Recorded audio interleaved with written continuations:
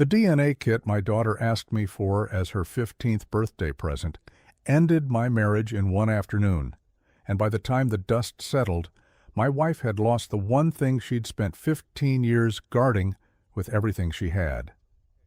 Hey, before I get into any of it, I just want to say thanks for showing up today. It honestly means more than you'd think. Do me a favor and drop the city you're listening from down in the comments. I read every one of them, and I'll shout you out by name. And if any part of this hits you, a like and a subscribe keep the lights on around here. That's the whole thing keeping this going. Okay, here goes. I never pictured myself as the guy telling a story like this out loud, but here I am. So her name is Emma, and I've been her dad since the second I laid eyes on her in a delivery room at Spectrum Health downtown, back when it was still called that. Grand Rapids, West Side. I've lived in this town my whole life, grew up off Leonard, still live maybe 10 minutes from the house I was raised in. And I remember that day at the hospital better than I remember my own wedding, if I'm being honest.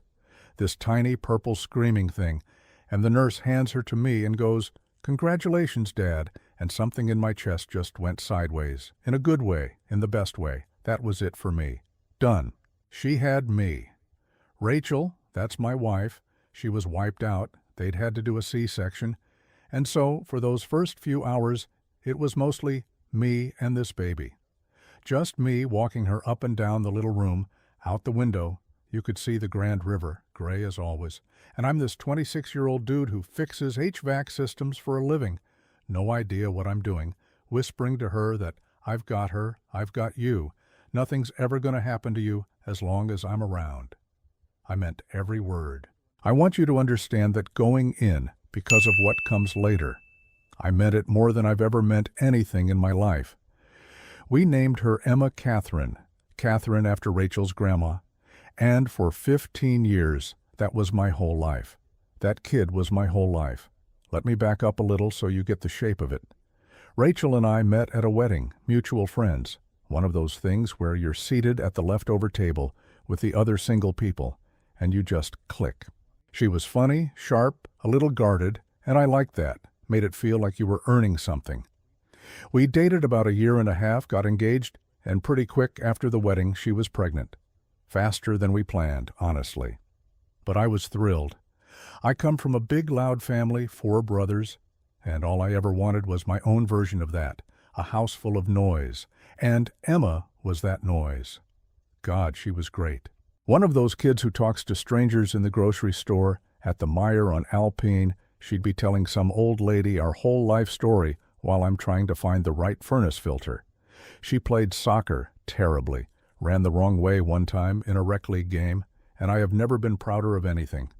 I coached her team 3 seasons even though I know nothing about soccer. I was the dad who was there, every recital, every parent-teacher thing, every 2 in the morning fever. Rachel worked mornings, so the middle of the night stuff was my department, and I loved it. I loved being the one she wanted when she was scared. I'm telling you all this so you get why it landed the way it did. Because here's the thing about Emma. As she got older, she started looking less and less like me. Which, whatever. Kids look like their moms, it happens. But she didn't really look like Rachel either. She had this dark, almost olive coloring, real thick dark hair, and Rachel's fair, and I'm about as Dutch West Michigan as it gets, red in the sun in 9 minutes flat. And once in a while somebody would say something, where'd she get those eyes kind of comment, and Rachel would laugh it off. Oh, she's got my Uncle Sal's coloring, and I never thought about it twice. Why would I? You don't sit around your own dinner table auditing your kid's face. She was mine. That was just a fact of the world, like the sun coming up. So, her 15th birthday, this past October. Emma's into genetics, into ancestry. She'd gotten obsessed with this whole thing about where our family came from, doing a project for school about immigration, and she'd been begging for one of those spit-in-a-tube DNA kits for like 2 months, the Ancestry DNA one. And she had this whole plan, right? She wanted me to do one too, so we could compare, so she could see which parts of her came from my side. Father-daughter thing. She thought it'd be fun. She made me promise we'd do them together at the kitchen table, and wait for the results together like it was Christmas morning. I want you to really sit with that for a second. She set that up. My kid, out of pure love, out of wanting to feel closer to me, set up the exact thing that was going to blow our whole family apart. And she had no idea.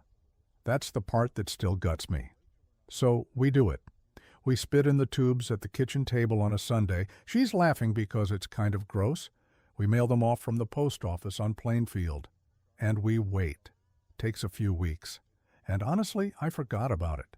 Life, work, furnaces don't stop breaking just because it's fall. Then one night, it's a Tuesday, I'll never forget it was a Tuesday, Emma comes flying down the stairs with this look on her face. Not excited, confused. She's holding her laptop and she goes, "Dad, the results came, and something's wrong with the website. It says you're not." And she kind of trails off. And I go, "What do you mean something's wrong?" And she turns the laptop around. You know how these things have a relatives feature where it matches you to other people in their database who share your DNA. Tells you how you're related, parent, sibling, cousin, whatever. Emma's results were in. And at the top of her DNA relatives, the closest match, the parent-child match, was a name neither of us had ever heard. Some guy. And I'm on there too. We'd linked our accounts. And where it should have said father, where I should have been sitting at the very top of her list, I wasn't there at all. I showed up way down. The system had me flagged as basically no relation. I remember the room going quiet and loud at the same time. You ever have that? Where your ears kind of ring. And Emma, God love her, she's 15, she doesn't get it yet. She's going, "It's a glitch, right? The samples got mixed up, this happens, we can call them." And I'm sitting there staring at this stranger's name at the top of my daughter's biology, and some part of me already knew before my brain caught up. I knew, but I kept it together. I did. Because she was scared, and my one job, the only job I've ever cared about, is that she doesn't feel scared. So I said, "Hey, you're right, probably a mix-up. These things happen, let me handle it. Go on up to bed." And I kissed the top of her head, like I did every single night of her life, and I told her I loved her, and I watched her go up the stairs. Then I sat at that kitchen table, and I didn't move for 2 hours. Rachel was at her sister's that night, and by the time she got home I'd gone into that mode, you know the one, where you're real calm. That flat kind of calm that isn't calm at all. I'd printed the results. I'm not a print things out guy, but I printed it. I don't even know why. I just needed it on paper, needed it to be real, and in my hands. She comes in, hangs her coat by the door, sees my face, and she stops. I said, "Emma's results came in." And I watched her whole body understand what I was saying before her mouth did. Her hand went to the counter to steady herself. 15 years, and she still had that reaction ready to go, still had it loaded, which is how I knew. She wasn't shocked. She was caught. She goes, "Let me explain. Let me explain." Same words the guy in the movie always says. And I said, real quiet, "You knew." And she didn't say no. That's the thing I keep coming back to. In that first second, the second where an innocent person screams, "No, of course not. What are you talking about?" She didn't say it. She said, "It's complicated. It's complicated." 15 years of my life. Complicated. So here's what she finally told me, and it took most of the night to drag it out of her, piece by ugly piece. Before we got married, back when we were engaged, she'd had a thing. A short thing, she called it, with a guy from her old job, a guy named Marcus. And she ended it, and a few weeks later she found out she was pregnant. And she said she did the math and she wasn't sure, she genuinely wasn't sure whose it was, and she just decided. She decided it was mine, because it was easier, because I was the one with the ring on her finger and the good job and the family who already loved her. She looked at 2 roads and picked the one that was better for her and never told me the other road existed. And I said, "But you found out. At some point you knew for sure." And she went quiet. And I said it again. "You knew for sure." And she admitted it. When Emma was 2. Rachel had gotten worried about some medical history thing, some condition on Marcus's side she'd heard about, and she quietly did a test, a private one. when Emma was 2 years old. And it came back that Emma wasn't mine. And she knew for certain, when that little girl was 2. And she watched me doing bedtime and packing lunches and coaching soccer, and she decided the smart play was to say nothing. For 13 more years. 13 years, on top of the 2. She let me love that little girl as my own for 15 years, knowing the whole time. I have never felt anything like what I felt in that kitchen. The floor of my whole life just wasn't there anymore. Everything I thought was solid, our wedding, every Father's Day card, every time Emma grabbed my hand in a parking lot, all of it sitting on top of this thing she decided was fine. And you want to know what she said to me? You want to know the thing that flipped something in me for good? She looked at me, wiped her eyes, and went, "I did it for you. I didn't tell you because I knew it would break your heart. I was protecting you. Protecting me." That's the moment. That right there. That's when I stopped being the guy this was happening to. Because I'd been sitting there drowning, and then she said that, and it was so upside down, so backwards, that it snapped me clean out of it. She wasn't sorry. She was managing me. Even then, even caught dead to rights, she was spinning it, so that somehow she was the hero who'd sacrificed for me. And I realized I was not dealing with somebody who felt bad. I was dealing with somebody who'd gotten away with it for 15 years and fully expected to keep getting away with it, expected me to calm down and see it her way and move on, because that's what I always did. I was easy. I was the road you pick because it's easier. Not this time. I didn't yell. I want you to know that. I've thought a lot about why I didn't yell, and I think it's because yelling would have told her she still had that kind of power over me. So I just stood up, real slow, and I said, "I need you to sleep at your sister's tonight." And she started to argue, and I said it again, calm as anything, "Sleep at your sister's, we'll talk tomorrow." And something in my voice told her I meant it, because she went. And the second that door closed behind her, I got to work. First thing, before anything, I went up and checked on Emma, asleep, and I stood in her doorway for I don't know how long. Because here's what Rachel completely miscalculated. She thought that DNA test broke my bond with that kid. She thought biology was the whole game. But that's not how it works, is it? That girl was mine in every way that ever mattered. I taught her to ride a bike on the path at Riverside Park. I sat up with her when she had the flu so bad we almost went to the ER. She was my daughter. A piece of paper from a lab didn't undo one single day of that. And standing in that doorway, I made myself a promise, the second big promise of my life about that kid. The first was in the hospital. The second was that night. And the promise was, whatever happens between me and your mother, you are not going to lose your dad. Not for one day. Okay. Now the part where I stopped absorbing and started moving. I did not tip my hand. That's the key thing. And if you take one thing from this story, take that. Next morning, I texted Rachel, real neutral, said, "Let's give it a few days before we talk. Let's both cool off, think about the family." And she jumped on that like a life raft, texted back this whole thing about how, yes, cooler heads, how we owe it to Emma to work through this, all the right words. She thought she was managing me again. She thought she'd bought herself time to build her version of the story. What she didn't know is I was using those days too, because I had questions, like who else knew, that was eating at me. 15 years is a long time to hold a secret alone, and Rachel is not somebody who holds things alone. She processes out loud, always has. So I figured somebody knew, and I started, real quietly, going through the house, not tearing it apart, just looking. And in the basement, in a Rubbermaid tote under the Christmas stuff, there was a folder of old paperwork, and in it, folded up small, like she wanted to forget it existed, was the results of that private test from when Emma was 2. The one she swore up and down she'd thrown away. She kept it. People always keep it. I don't know why. Guilt, maybe, but they keep the receipt. And clipped to it, and this is the part that made my hands shake, was a note, handwritten, from her sister, Denise. Just a little note.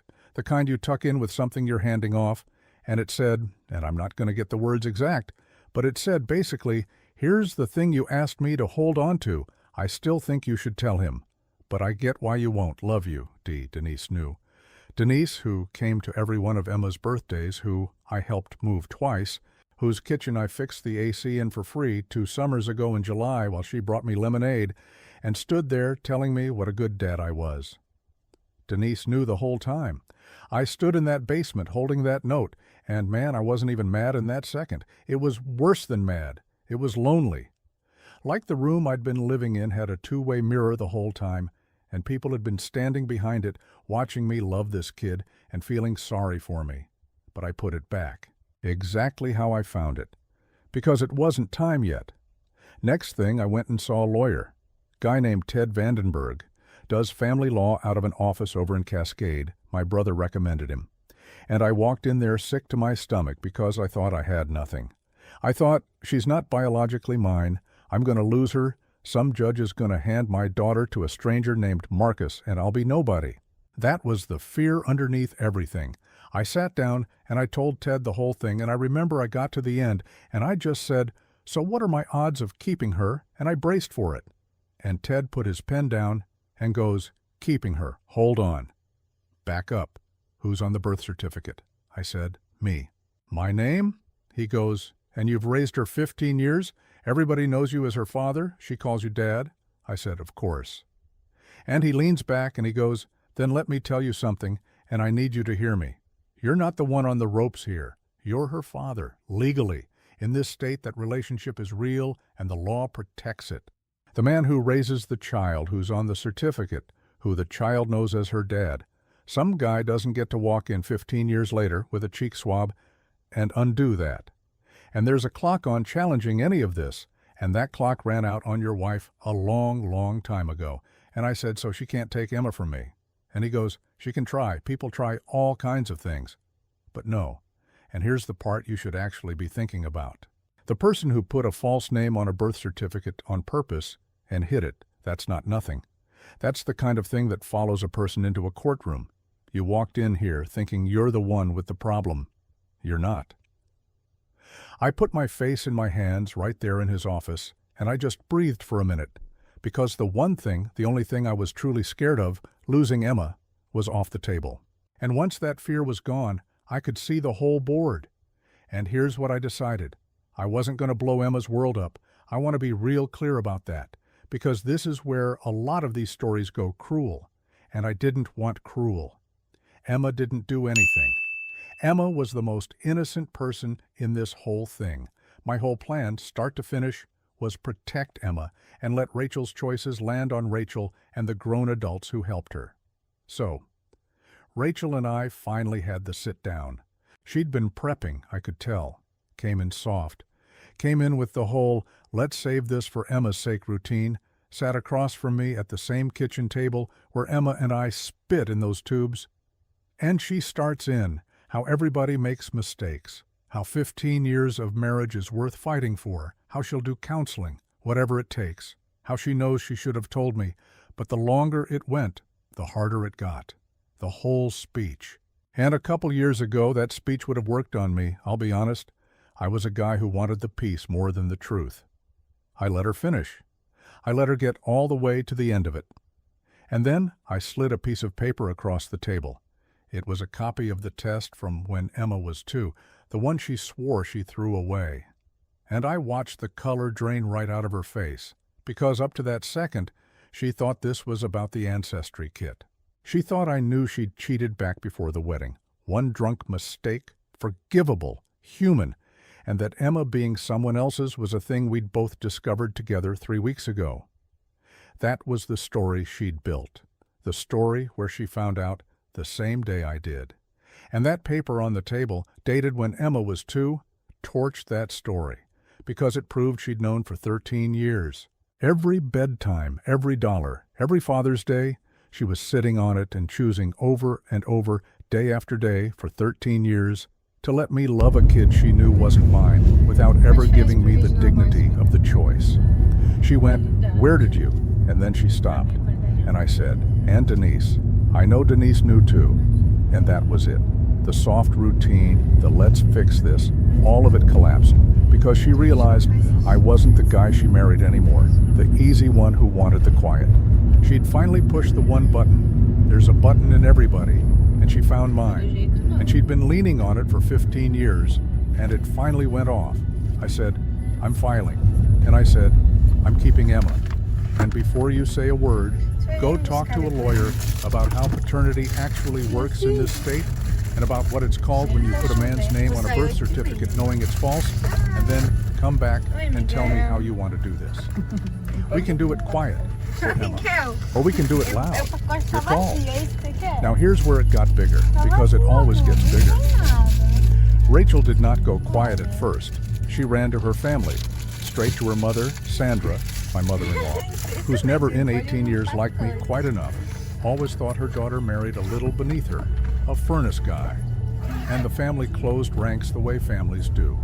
And I started getting the calls. Sandra telling me I was being vindictive, tearing a family apart over pride, that a real man forgives and moves forward for the child's sake. Denise texting me these long things about how I don't understand the impossible position Rachel was in. Denise texting me about impossible positions, and I let her go on for a couple messages, and then I sent one thing back, just a photo of her own note from the basement, her own handwriting. Here's the thing you asked me to hold on to. And underneath it I typed, you brought me lemonade, and I turned my phone off. She went dead silent for days. What do you say to that? There's nothing to say. But Sandra kept coming, and the family story kept building. This thing where I was the cold, vindictive man punishing his poor wife over an old mistake.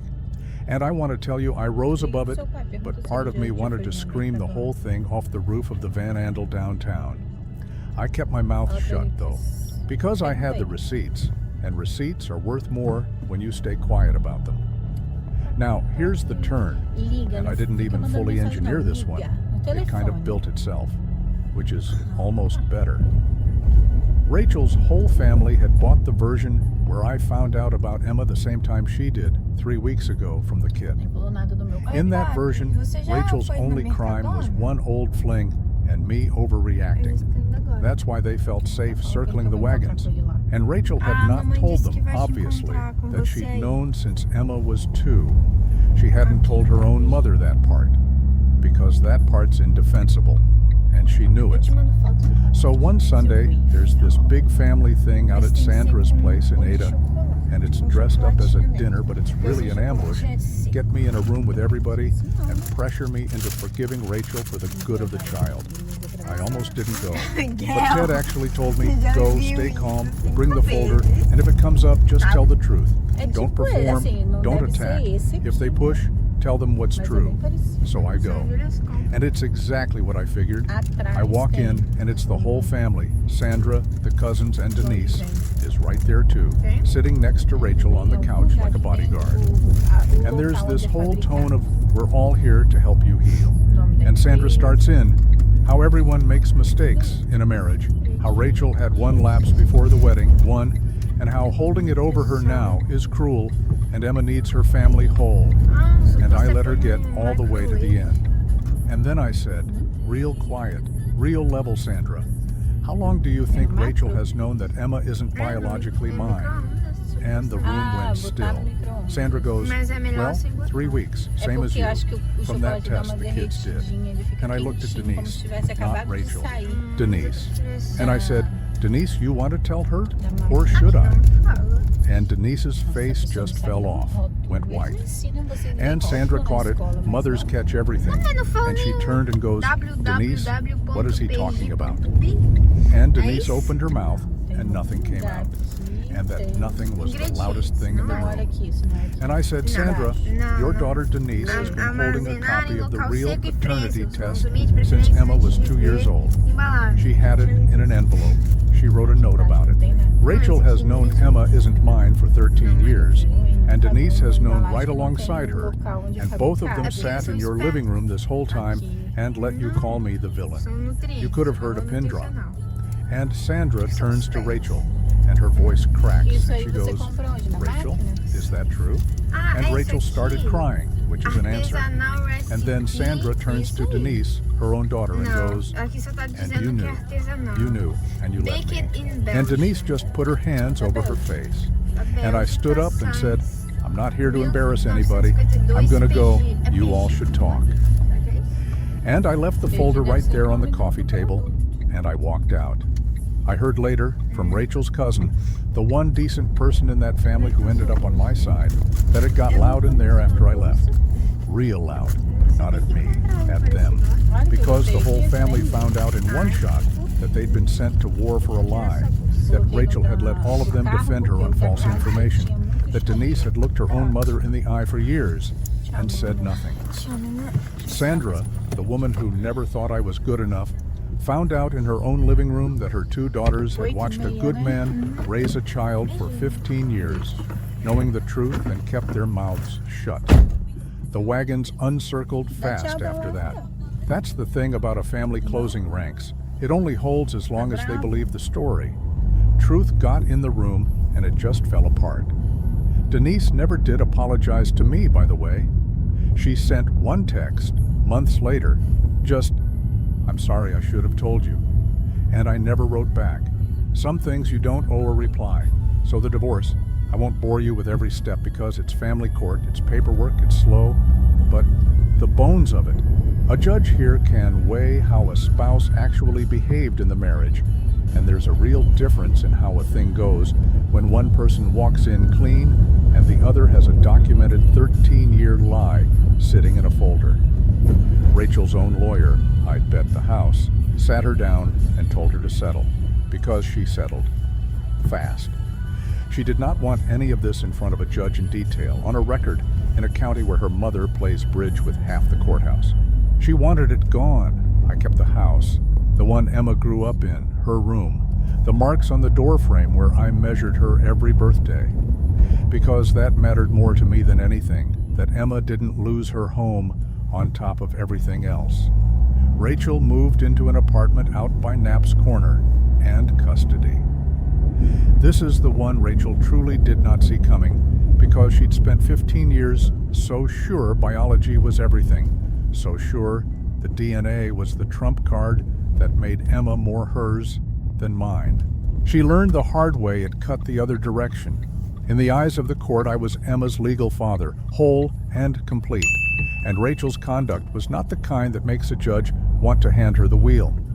We ended up with Emma living mainly with me, in her own house, her own room. The girl Rachel used as her security deposit for 15 years, her guarantee I'd never leave, turned out to be the thing she lost the most of. She wanted a marriage held in place by a child, and she walked out with the loosest possible tie to that child and a name that got quieter at every family dinner for the rest of her life. She lost the exact thing she built the whole lie to protect. The picture of herself as the good mother in the center of the perfect family. Gone. Not because I burned it down, because it was never real, and the truth just let the air out of it. Now Marcus, the biological guy, because a piece of me needed to know what he was going to do, and Ted said his office had to send him formal notice anyway as part of everything, so a letter went out. And I'll tell you, the couple weeks waiting on that, I barely slept, because in the back of my head was this nightmare of some stranger deciding he wanted to play dad now, wanted weekends, wanted a say. The answer came back through his own lawyer, one paragraph. Basically that Mr. So-and-so acknowledged receipt, waived any claim, and did not wish to be contacted regarding the minor going forward. That was it. That was the whole man. 15 years and a living, breathing daughter 20 minutes away, and he waived it in one paragraph like he was declining a warranty. And you know what?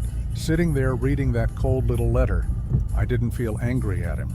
I actually felt this weird kind of clarity, because there it was, in legal language, the entire difference between a father and a guy who shares somebody's DNA. He had the biology, and he waved it off in a paragraph. I had none of it, and I'd have walked through a wall for that kid. If Emma ever wants to find him someday when she's grown, I'll drive her there myself and wait in the car as long as she needs. That's her right, and I'd never stand in the way of it. But that letter told me everything I needed to know about which one of us was her dad.